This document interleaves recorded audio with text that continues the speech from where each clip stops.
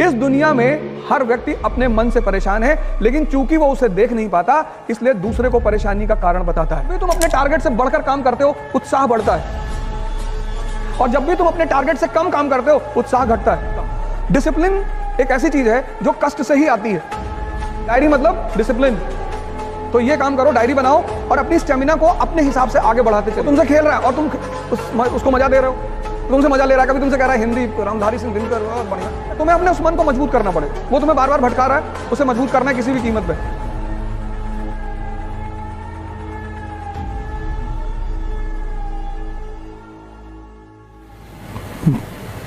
जय हिंद फ्रेंड्स। आज की जनरेशन को, आपकी तो जनरेशन थोड़ी सी आगे निकल गई, अब जो आ रही पीछे, इसका नाम रखा मैंने मैगी जनरेशन। 2 मिनट। तुम्हें मैंने यही तो कहा, तीसरा जो मेरा पॉइंट था वो यही था कि हम सारा काम इसके बल पे करते हैं। कौन भटका रहा है? परिस्थिति कुछ नहीं आती इस दुनिया में। अगर सबसे ज्यादा परिस्थिति खराब किसी पर सामने आई तो अब्राहम लिंकन, एपीजे कलाम, महात्मा गांधी, किसके सामने नहीं है? अगर हम यहां जितने लोग बैठे हैं, अगर सबको अपनी अपनी कहानियां सुनानी पड़े तो सबके जीवन का एक हिस्सा दर्द का होगा। लेकिन फिर भी सारे टीचर्स स्कूल आते हैं, पढ़ा रहे हैं, किसी स्टूडेंट को कुछ फील नहीं होता होगा कि इस व्यक्ति के साथ क्या हो रहा है। ये तुम्हें कौन, एक आईपीएस ऑफिसर है आज, उनके बारे में सर्च करना, कर्नाटक कैडर के, रवि चंदनवारा, पढ़ना उस आदमी के बारे में। मतलब जमीन के नीचे से शुरुआत करता है वो आदमी, और एक कर्नाटक कैडर का आईपीएस, और ड्रीम तो पता नहीं क्या क्या है। तो तुम्हें अपने उस मन को मजबूत करना पड़ेगा। वो तुम्हें बार बार भटका रहा है, उसे मजबूत करना है किसी भी कीमत पे। सर मेरा नाम आकर्षित दीक्षित है। सर एक बहुत छोटा सा क्वेश्चन है सर।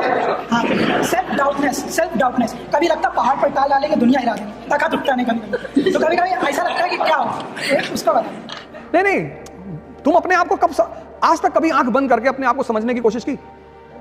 कितनी बार? 1 घंटे आंख बंद करके बैठते हो?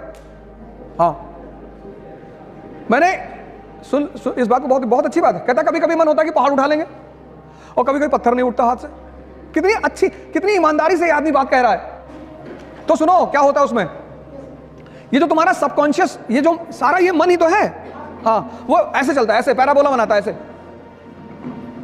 विचार फेंकता है, विचार। बस बस बस बस इसको पकड़ लो। कबीर ने कहा कि जो व्यक्ति अपने मन को अपना गुलाम बना लेगा, बस वही इस दुनिया पर राज करेगा। क्योंकि जैसे तुम्हें 4 बजे उठना है, अब तुम्हारी नींद खुली 4 बजे, अब इसने तुमसे क्या कहा कि 5 मिनट और। इतनी ठंडक में कौन उठता है? नेहरू जी 11 बजे सो के उठते थे। तुमने एक बात इसकी गौर की, जो काम इसे तुमसे कराना होता है उसके लिए बड़े अच्छे अच्छे एविडेंस देता है। ये कोई सिगरेट पीता है तो उससे कहता है नेहरू जी भी पीते थे, स्टालिन भी पीते थे। अरे स्टालिन नाली का पानी पीता था, पियोगे? बस जैसे ही तुम्हारी 4 बजे नींद खुले और ये तुम्हें राय देने लगे, उसको राय को पकड़ लो तुरंत कि अच्छा हम ही को समझा रहे हो। इस दुनिया में हर व्यक्ति अपने मन से परेशान है, लेकिन चूंकि वो उसे देख नहीं पाता इसलिए दूसरे को परेशानी का कारण बताता है। तो अगर तुम 4 बजे उठ सकते हो, अगर तुम अपने आप को डिसिप्लिन कर सकते हो, मतलब तुम ताकतवर आदमी हो। हाँ सर, हटा देंगे। बस धीरे धीरे करो, 1 साल लगेगा। 14 साल में भगवान राम भगवान बने थे। मतलब भगवान बनने की विधि 14 साल है, 14 साल करना पड़ेगा। 1 साल में आईएएस, तो जितना साल बढ़ा, 20 साल कर लोगे तो पता नहीं ब्रह्मांड ही तुम्हारे कब्जे में रहेगा। तो इस देश में तुम संत रविदास को सुनो, मन चंगा, मन पे बात कर रहे हैं। तुलसीदास ने क्या कहा? जाकी रही भावना जैसी। ये मन तो तुम्हें हर बार, तुम्हें शादी नहीं करने देगा। अगर 5-6 लड़कियां एक साथ खड़ी कर जाएं कि इसमें चुन लो, फिर डिस्टर्ब कर देगा तुमको कि नहीं ये नहीं। वो तुमसे खेल रहा है और तुम उसको मजा दे रहे हो, तुमसे मजा ले रहा है, कभी तुमसे कह रहा है हिंदी रामधारी सिंह दिनकर बहुत बढ़िया, और तुम दिन भर बैठ के सोच लो कि हाँ यार रामधारी सिंह। यही तो मैं कह रहा हूं, डिसीजन लेना है तुरंत। जिस दुकानदार के पास जब जाते हो कोई सामान लेने, अगर वो सामान उसके पास नहीं होता तो पता क्या कहता है? साहब आजकल इसकी सेल नहीं हो रही है, बड़ी शिकायत आ रही साहब। आप साहब एक काम करो, आप साहब ये नया प्रोडक्ट है साहब बाजार में, बड़ा बढ़िया प्रोडक्ट है साहब। तुम उससे पूछो कि जो मैं मांग रहा हूं वो है? कि तुम बिस्लरी की बोतल मांगे, उसके बाद नहीं है, कहेगा हिमालय का पानी ले लो। मैंने पूछा बिस्लरी है? कह रहा साहब बिस्लरी के पानी में बहुत शिकायत आ रही। मैंने कहा है कि नहीं? कहा भैया बिस्लरी नहीं। तो उसको मत खेलने दो, एक डिसीजन लो, और जितना बड़ा एम्बिशन होगा उतना बड़ा खतरा होगा। खेल रहा है तुम्हारे साथ, कल से मत खेलने देना। डिसिप्लिन एक ऐसी चीज है जो कष्ट से ही आती है। जैसे बैठ के मत पढ़ो। मैंने ये डाइस ले रखी थी, मैं इस पे पढ़ता था, कम से कम 3 से 4 घंटे, 12 घंटे मत करना वरना स्पाइनल प्रॉब्लम हो जाएगी। कुछ लोग क्या करते हैं ना, अत्त मचाना शुरू कर देते हैं। बाबा रामदेव ने जब शुरू में बताना शुरू किया कि कपाल भाती करने से चेहरे पे चमक आती, एक भाई साहब ने 1.25 घंटा कर लिया, किडनी पलट गई, वो 2 महीने आईसीयू में रहे। किसी भी काम की शुरुआत धीरे धीरे करो, डिसिप्लिन कष्ट से आएगा। अपने आप को कष्ट दो और अपने ऊपर नजर रखो। एक शेड्यूल बनाओ और शेड्यूल छोटा बनाओ। अब 3 घंटे का शेड्यूल बनाओगे तो तुम्हारा मन बगावत करेगा, कहेगा नहीं नहीं 3 घंटे का नहीं 10 घंटा। यही तो उसका खेल है, कहेगा पूरा दिसंबर बैठ के पढ़ना है। जब तू, अगर यहां कुछ लोग बाहर के होंगे तो जब तुम अपने घर जाते होगे छुट्टी में तो एक किताब लेके जाता होगा कि घर चल रहे हैं और टाइम वेस्ट नहीं करेंगे, पढ़ेंगे बैठ के। और जब तुम घर पहुंचते हो तो तुमसे क्या कहता है कि यार कानपुर में तो पढ़ ही रहे हो। पता लगा जितनी किताब लेके गए थे बिना खुले सब वापस आई है। छोटे छोटे वो बनाओ गोल, कहो 3 घंटा पढ़ेंगे। तो जब तुमने 3 घंटे का गोल बनाया और पढ़ गए 7 घंटा, कितना मजा आया उस दिन। जब भी तुम अपने टारगेट से बढ़कर काम करते हो उत्साह बढ़ता है, और जब भी तुम अपने टारगेट से कम काम करते हो उत्साह घटता है। तो जब तुम 10 घंटे का टारगेट बना के सिर्फ 3 घंटे पढ़ते हो और यह प्रक्रिया 2 महीने चलती है तो तुम डिप्रेशन के शिकार धीरे धीरे होने लगते हो। इसलिए कम टारगेट बनाओ और ज्यादा आउटपुट निकालो और कष्ट दो अपने आप को।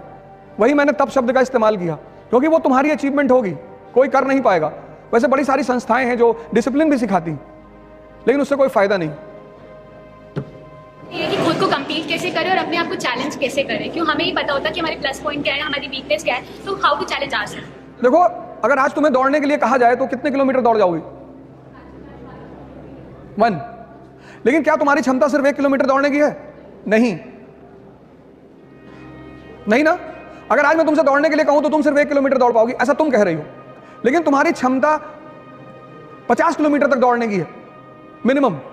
अब सुनो क्या करना है। आज तुम 1 किलोमीटर दौड़ी, 10 दिन 1 किलोमीटर ही दौड़ो, 11वें दिन तुम उसे 2 कर दो। स्टेमिना डेवलप हुआ। ऐसे जीवन में भी करना है।